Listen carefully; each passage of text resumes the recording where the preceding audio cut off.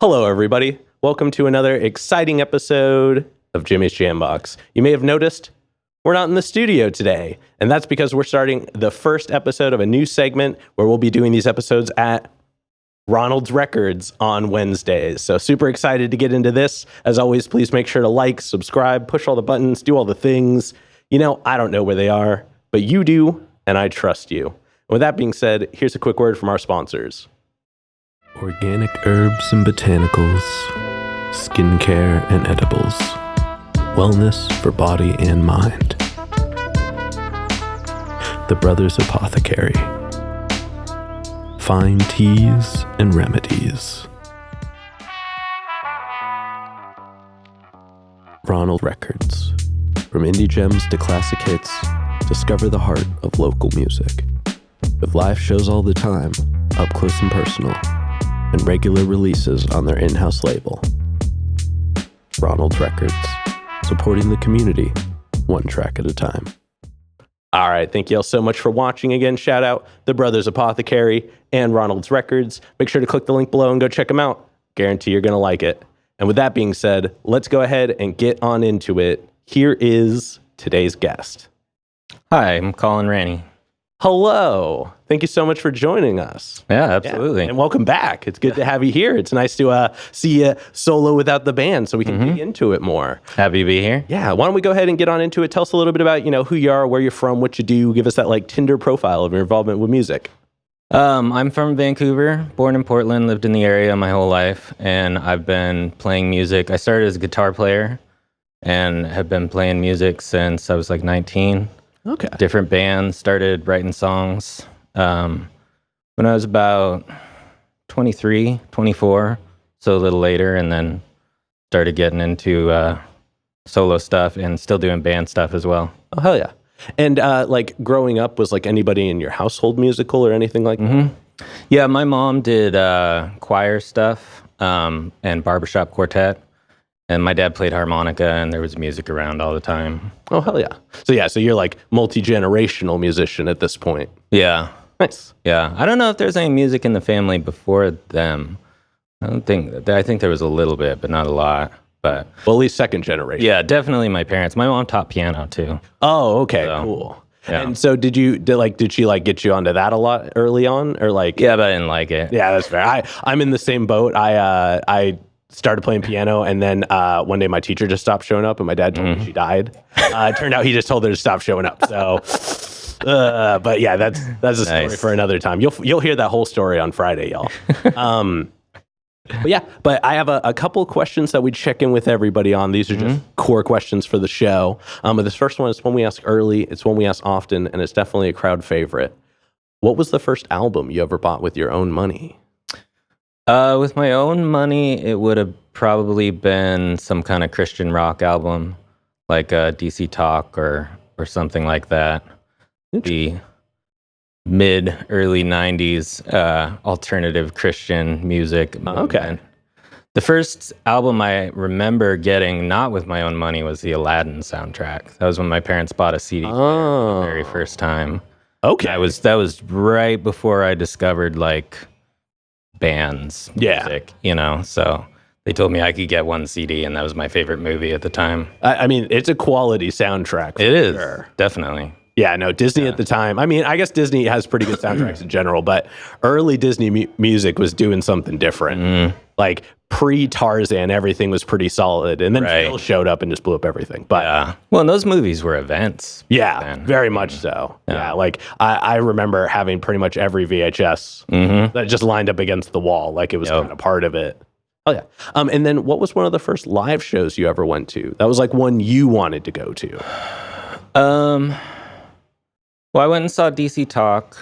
That would have been the second time because my church youth group worked the Jesus Northwest Festival, and we got to go see the shows for free. And then that was right kind of the transition point where I had just started playing guitar. So my first one was DC Talk, and then after that I went and saw the G3 show, Joe Satriani. Okay. Hell yeah. And it wasn't Eric Johnson, I think it was Kenny Wade and Shepherd. And then Paige Plant was the third show. Hey, you have some quality. Sort of the transition. Yeah. Oh man, I bet I've never gotten to go to like any of the G3s or like the bass versions of them or anything like that, but I always imagine those are it was an experience. It was pretty cool. I was, young and just barely started to play guitar, so I probably didn't really appreciate how but crazy the stuff they were doing was, but it was definitely a cool experience. I imagine that was probably like transformative to a degree too, like seeing that probably inspired something as well. Yeah. Well, I mean, I think it just fed into it at that point, because that I was right just starting out to get obsessed with all that stuff. Oh, perfect. So that was probably more like solidifying even. Yeah. Like, okay, this is cool for sure. Right. Hell yeah. Yeah. And then do you have a defining moment where you decided you wanted to take more seriously? I mean, the big one is, so I started playing guitar, and then I was learning guitar, and there were a couple kids at my church there were a bunch of older kids that already played guitar, which is why I started playing guitar. And they were talking about Led Zeppelin, and I bought the cassette of Led Zeppelin 4. And I was like, this is cool. This is kind of cool. So I taped on to VHS off of VH1, The Song Remains the Same. And the visual to go with the music blew my mind. And that was the main moment. And at that point, I mean, you couldn't really, like now with social media, you can kind of be like, oh, I'm going to be a professional musician at 13 and like put yourself out there. It wasn't like that, and I didn't think about it like that. But from that point on, like it was kind of where I put most of my energy. Oh yeah. No, I love that. Now let's go ahead and let's get on into you in the present day. And we're going to get a super easy one out of the way. How'd you pick the name? Well, it is my name, and I honestly I tried not to use it for a long time, just because I grew up getting Colin, Ranney, fair, all the time, so I wasn't really stoked about the idea of using my name. But the first band that I ever put together where I wrote the songs and sang the songs was called Porter Jones. And my idea was that would be kind of like a moniker kind of thing. Yeah. But then it just ended up turning into a band. And then that band broke up, and I got in another band, and I went to do my first solo record, and it was just kind of like, I should just use my name. Yeah. I think after like high school, the making fun of names thing really goes away anyways. Yeah. Yeah. Yeah. I've seen now everybody just reads it. They're like, oh, yeah, that's the word. Right. Yeah. Right. And if they pronounce it wrong, they pronounce it wrong. Yeah. Yeah. Not the end of the world. Yeah. I'm not going to say it on here, but I have a semi-abstract last name. So I've heard a myriad of them, but I haven't heard anything since like, I don't know, like 2016. So I think it's safe to say that it just, after a while, it kind of molds into that. Yeah, definitely. And then let's talk about your writing process. And we're going to break it up into chunks, but we're going to start right at the beginning. So when you get inspired, you're ready to make music. What are some of the things you do to get a track started? I mean, it's mostly just sitting down with a guitar. I've messed around with starting on the computer a little bit more recently, but I still mostly it's just sitting down with the guitar, or sometimes just having an idea and writing down some lyrics and then going from there. Okay. But do you usually go instrument first though, and then lyrics after? Or is it like a healthy mix of both? Probably 70% of the time, instrument first. Okay. Yeah. Yeah, no, I always appreciate when people start on instruments before going to the computer. Right. Because it's just like, you can hit record on a like half idea. Yeah. Like once you played it a few times and it like catches you. Right. Be able to like sit down and be like, okay. Yeah, absolutely. Yeah. It is fun, the ones where it's just like a phrase or something. Yeah. And you kind of build off of that. Because that comes out of you don't have any muscle memory, that you would have on the guitar. So it's just, but yeah. And then around and playing guitar is my definite main sort of go-to. No, very much so. And then once you get a track finished writing, so it doesn't have to be like recorded and put out per se. Once you finished writing it, how long does it usually take you to feel comfortable performing it? Um, Not that long.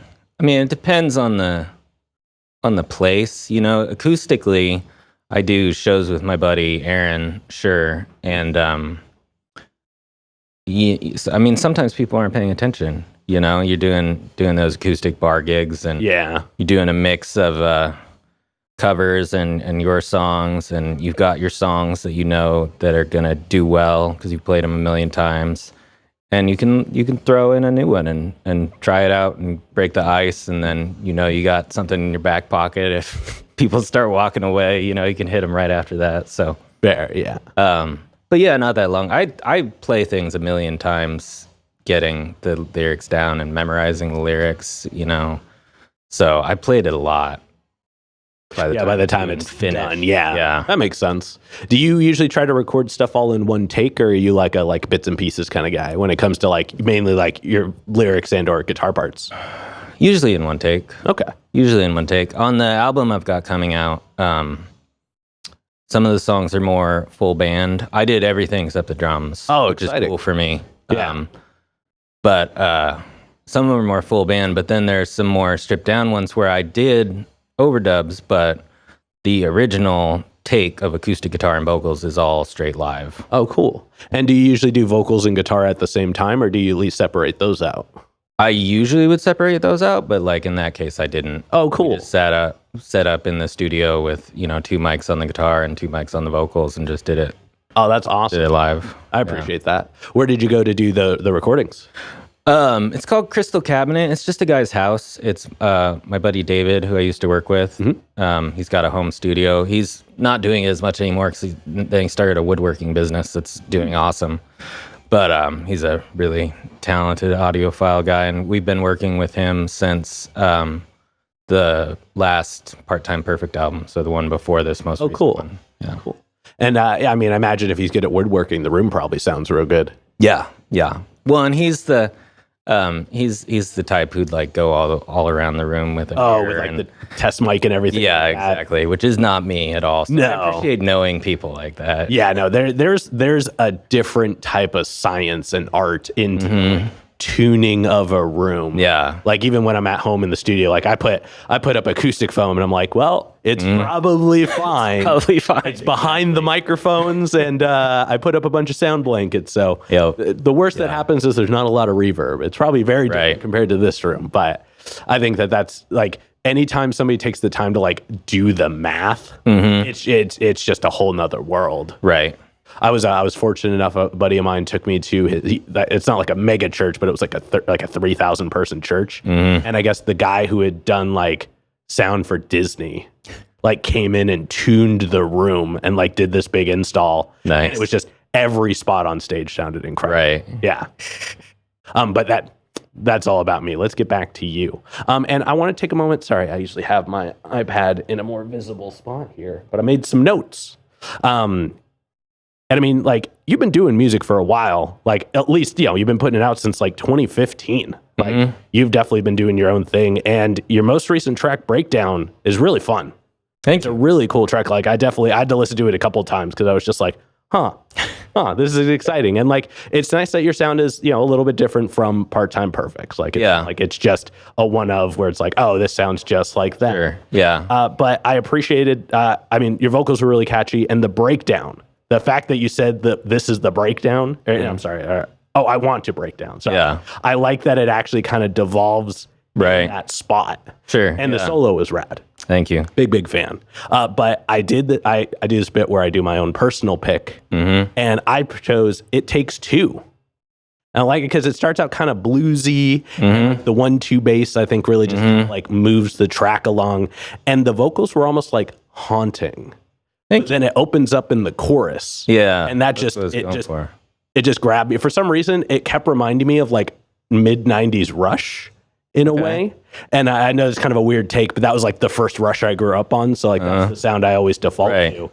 But I thought it was, I'm gonna set this back down now because I don't need it. I just thought it was a really cool track. Awesome. Well, thank you. But I'm curious to know, what is one of your favorite tracks to perform? To perform? Well, a lot of stuff on the new album I haven't really performed, but I will say The second to last track is called Steal Back the Day. And I wrote that the night before I got married. Oh, okay. When I couldn't sleep. And I played it in that band, Porter Jones, my first band, but we never recorded it. And then I was in a band called Sell the Farm, and we played that song but never recorded it. And so it's finally getting recorded. And then I played it all the time acoustic. Yeah. Because it works both ways. You know, it's kind of a rock song and an acoustic song. So that one is fun, and it's cool that it has this history and the acoustic thing and everything. Oh, yeah. Well, definitely looking forward to that then. And let's actually take a moment and talk about some of the new music you're working on, because you have a new album coming out soon. What are some of the characteristics, like the descriptive elements of your new sound that's coming out, and how will it differ from stuff you put out before? Well, the main thing for me, my 2015 album was right after Porter Jones had broken up. I was still friends with those guys, and I wanted to record some of the stuff we had worked on, but I also had new stuff, and I was doing acoustic things. So I had this idea of just, why don't I know all these people in the local scene, why don't I work with as many of them as I can? And so I did, and there are like 20 people, 20 different players on that album. There's multiple drummers, multiple bass players, trumpet, sax, just all kinds of stuff.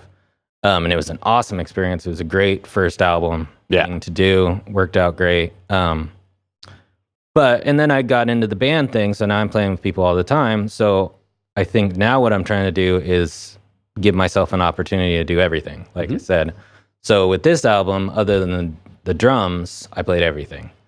And it's a mix of stuff like It Takes Two and Breakdown, where I'm layering, starting with an acoustic guitar track, but then layering bass and some synthy stuff and, other instruments. And then some of it's really stripped back, much more folky stuff. Oh, it's exciting. So, Well, definitely looking forward to that when it comes out. And then let's take a moment and let's zoom out. So we've gone all the way into music that you haven't even put out yet. But let's take a look at music as a whole. What are some of the things about current music or like tracks that you've heard more recently that you enjoy or you find inspiring?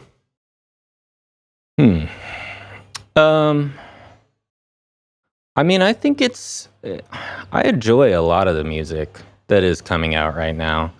My roots are in blues and folk, in rock, grunge, alt rock, all that stuff. But, compared to like when I was in high school, pop was completely digital. Yeah. In sync, that kind of stuff. And there was good music and amazing vocals and all that stuff. But I really enjoy right now. There's, like you were saying earlier, might have been before we started recording, but there's a lot of instruments.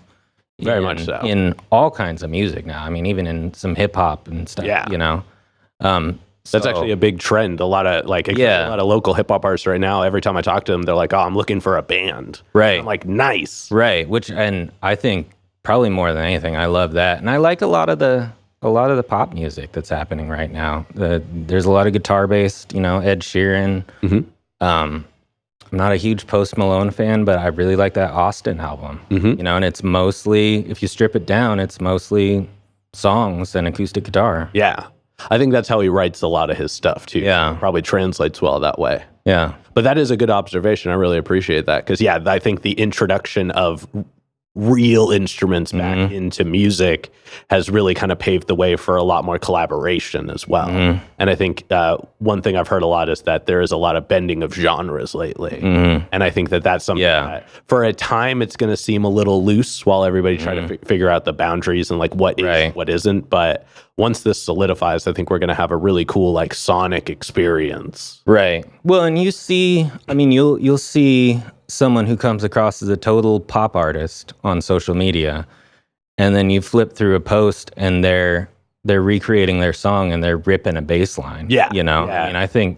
I definitely think a lot more people are playing music, and a lot of people that maybe this was kind of true always, but a lot of people you wouldn't expect are really good players and invested in real music as well as computer music. Yeah. Well, especially with how accessible music is now, I think there's good opportunities for people to be like, oh, here is like this kind of music. What makes it that way? Oh, it's the people that are playing it. Let me figure out how to do that. And I think that goes a long way.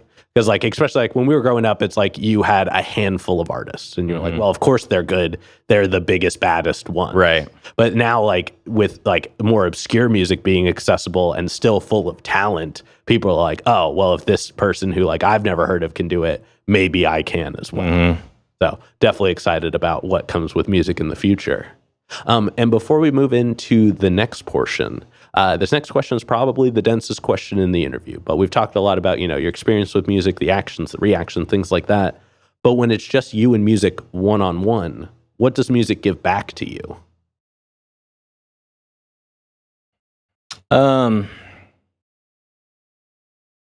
I mean, there's a lot of emotion in music, but I think I would say the biggest thing is energy. I'm a big Hunter S. Thompson fan. One of my favorite quotes, it's a longer quote and I don't know the whole thing, and it's talking about being young and like stealing cars and driving 100 miles an hour, tuning into the big radio stations back then and hearing Howlin' Wolf on the car radio. But the last line in the quote is music is fuel. And I think that's definitely been very true in my life. Yeah, very much so. No, I love that perception. And I keep quoting this, so I'm going to stop quoting this soon, but recently somebody said music is the voice of the soul. For some reason, I just keep circling back to that because it really resonates with me. Yeah.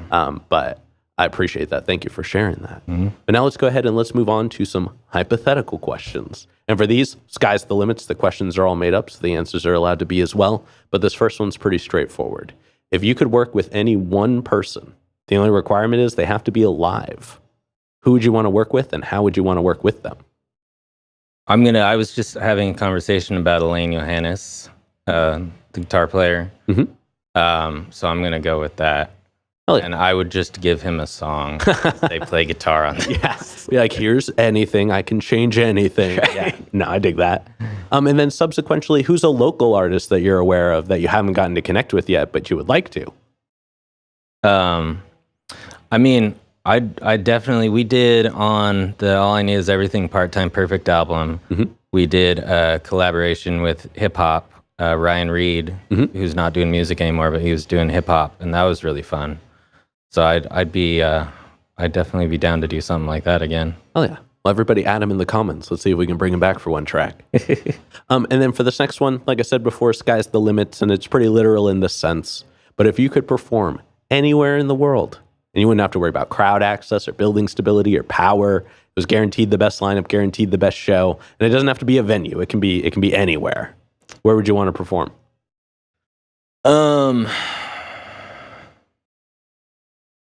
mean, Pink Floyd performed in front of the pyramids, right? That'd be tough to beat. Yeah, that's fair. Yeah, somebody else said that the other day, and I was like, you could project yourself onto the pyramids itself, right? And just be performing like in the middle, and then everybody could be down there watching the projected performance. That's an interesting thought, actually. Like how if they did that show today, what it would look like. It'd be totally different. True. It's a very stripped down performance. Yeah, because they didn't have access to the technology that we have today. Yeah. Somebody will have to AI that. All right, and then to wrap up the hypothetical questions, if you could get one more album from anybody, they could be alive, they could be dead, they could have not put out an album in 100 years, they could have put out an album yesterday. Who would you want an album from? I think I'd have to go with Nirvana. Okay. Just because they put out a lot of good music. You think about the people that got cut short. Hendrix. There's so many Hendrix takes and different stuff they could compile.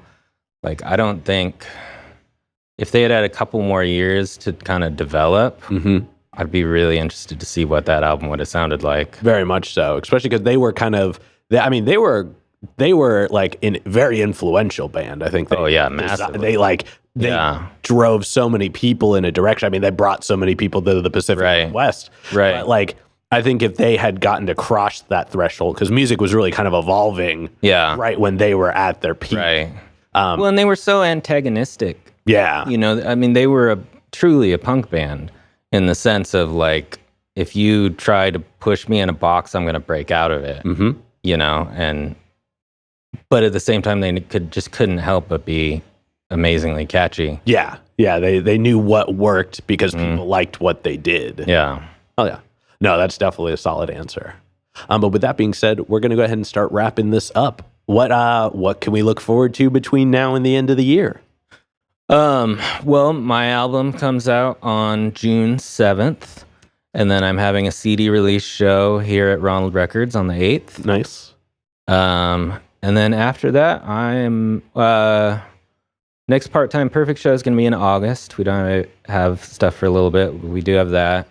And then Part-Time Perfect's recording, so we'll see. It might come out with some songs before the end of the year. Oh, exciting. Well, definitely looking forward to all of that. For this next one, go and look straight at the camera and tell everybody how they can find you. You can find me at colinrannymusic.com, socials at Colin Ranney Music, also parttimeperfect.com at parttimeperfect, and on Spotify, Colin Ranney or Part-Time Perfect. Oh, yeah. And then any other plugs, any other shout-outs, anybody else you'd like to put on while you're in here? Not that I can think of. All right. Then with that being said, we've got one last question to go. But before we do, I'm going to steal the camera for just a second. As always, y'all, please make sure to like, subscribe, push all the buttons, do all the things. I don't know where they are, but you do, and I trust you. And one more shout-out to the Brothers Apothecary and Ronald Records. Make sure to click the link below and go check them out. Guarantee you're going to like them. And with that being said, the final question. And this is entirely up to your interpretation. But what is an album you feel is more on the obscure side? So it's a deep cut. It's one not a lot of people would know, but it's one you think everybody should know. So when we did the Part-Time Perfect interview, you asked this question. I misunderstood the question because I missed the obscure part. Oh, gotcha. So I've actually, and it bugged me that I misunderstood the question. So I've been thinking about this a lot. Glad we had a chance to bring you back. Not knowing I would have an opportunity to answer it again. I actually saw another interview where they asked the same question to a Portland band that's no longer based in Portland called Spoonbenders. And one of them gave the answer Live Evil by Miles Davis, which I had never listened to, even though I am a Miles Davis fan. Yeah. That was a good answer and a really good album. Also, if you like psych rock, check out Spoonbenders. And then I'm going to say the Empire State Bastard album, which is, there's a Scottish band called Biffy Clyro that is amazing. They've never gotten that big in the US, but their lead singer and their touring guitar player basically have had this idea for like a crazy heavy metal band for years. They had the name, they didn't have the music for years. They finally wrote the music. They got Dave Lombardo to drum for it, and they put out an album. And it's like intense, like speed, crazy heavy metal, which I don't always like, but it's really good. Oh, yeah. Well, that's a handful of solid recs, so thank you. And you definitely redeemed yourself if that's the case. I try. But with that being said, we're going to go ahead and get up on out of here. Thank you so much for joining us today. Yeah, thanks for having me. Yeah. And this has been another exciting episode of Jimmy's Jambox. I'm Jimmy. I'm Colin. And we're signing off. Later, y'all. That's a wrap. This is not a podcast. This is a show.